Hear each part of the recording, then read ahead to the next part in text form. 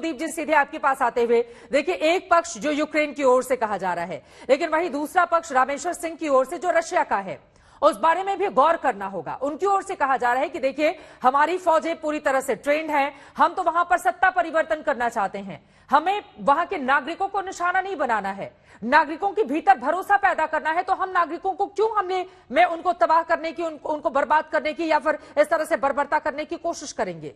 उनका तो एक ही मकसद है, सत्ता परिवर्तन।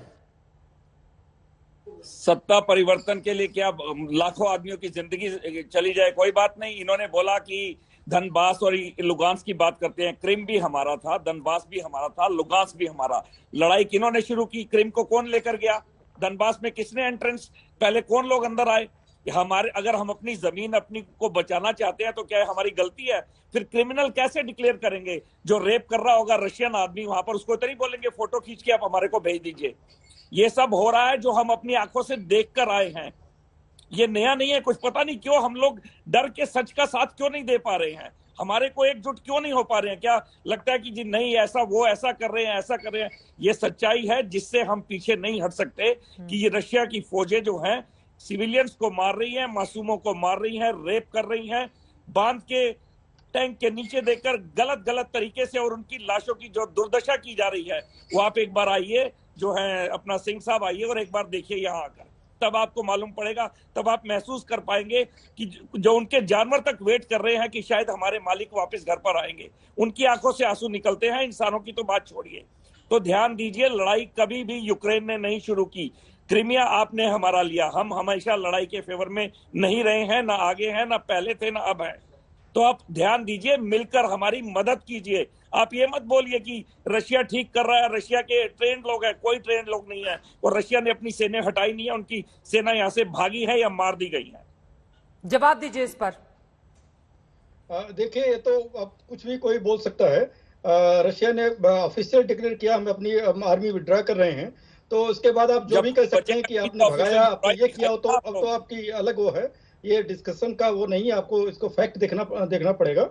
और बिल्कुल मैं कह रहा हूँ, ये बिल्कुल ह्यूमन ट्रेजेडी है। कुलदीप कुमार जी आंखों देखा हाल बता रहे हैं, रामेश्वर सिंह जी वो आंखों देखा हाल बता रहे हैं, वो खुद उस बात को महसूस कर रहे हैं, उन्होंने अपनी आंखों से देखा है वहां पर लोगों को तड़पते हुए, रोते बिलखते हुए। आप आज जो आप देख रही हैं वीडियो, वो भी आंखों देखा ही है, लेकिन वो कितना सच है, कितना फेक है, उसको हम सच कैसे दिखाएं हम आपको? आप बता दीजिए सच कैसे आप बताएं आपको? हम इन्वेस्टिगेट करो इसको, और क्यों नहीं करने दे रहे हैं? इन्वेस्टिगेट करने क्यों जाएगा अगर कोई अपराधी होगा तो?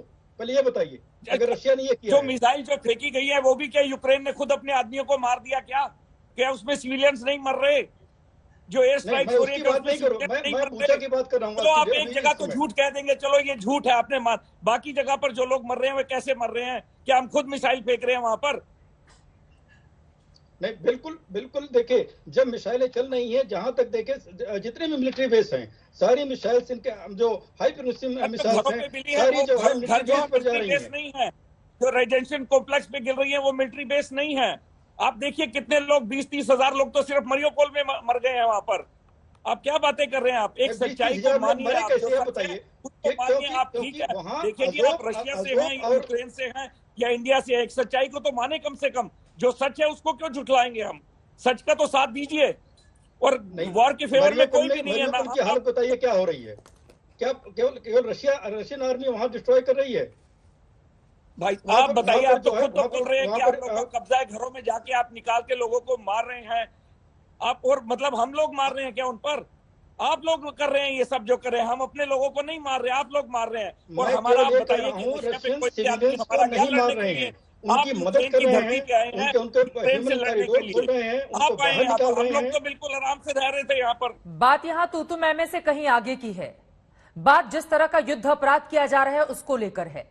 बात यह है कि दोनों पक्षों में सही किसको माना जाए और क्यों नहीं एक निष्पक्ष एजेंसी की ओर से पूरे मामले की जांच करा ली जाए।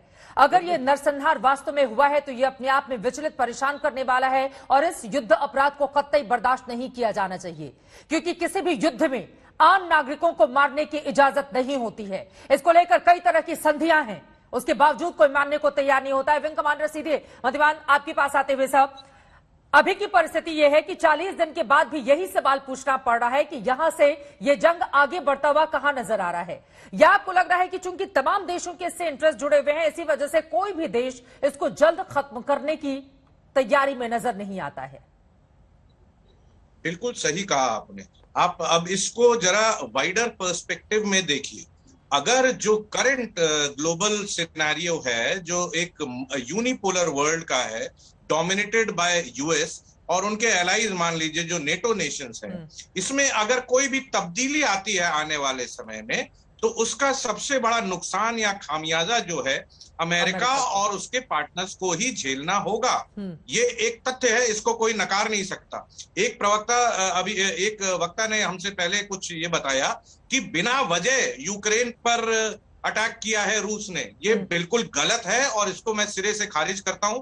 हालांकि जनरल सिवाच इसका खंडन कर चुके हैं और ये बात सही है कि 2014 में जब से जेलेंस्की साहब को वहां पर पपेट गवर्नमेंट की तरह, प्रो वेस्टर्न गवर्नमेंट और लीडर की तरह वहां पे बैठाया गया, उसके बाद से पुतिन साहब लगातार इस बात की दरखास्त करते आ रहे हैं कि 2014 में नहीं थे कि उनको नेटो की तरफ इतना झुकना नहीं चाहिए।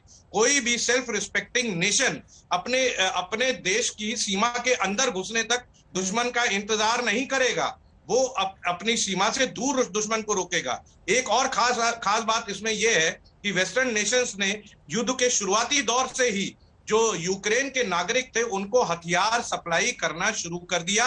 जब हथियार नागरिक के हाथ में होता है और जब वो हथियार बंद होकर दूसरी दुश्मन सेना के ऊपर गोलियां चलाता है या मिसाइल्स फायर करता है, तो उसके बाद उसके बाद आप ये रोना लेकर नहीं बैठ सकते कि मेरे सिविलियंस को क्यों मार रहे हैं, क्योंकि जब सिविलियन के हाथ में हथियार आता है तो अब वो एक्चुअल कन्वेंशन के हिसाब से सिविलियन नहीं रह गया, वो सामने दुश्मन सेना का सैनिक के रूप में लड़ रहा है।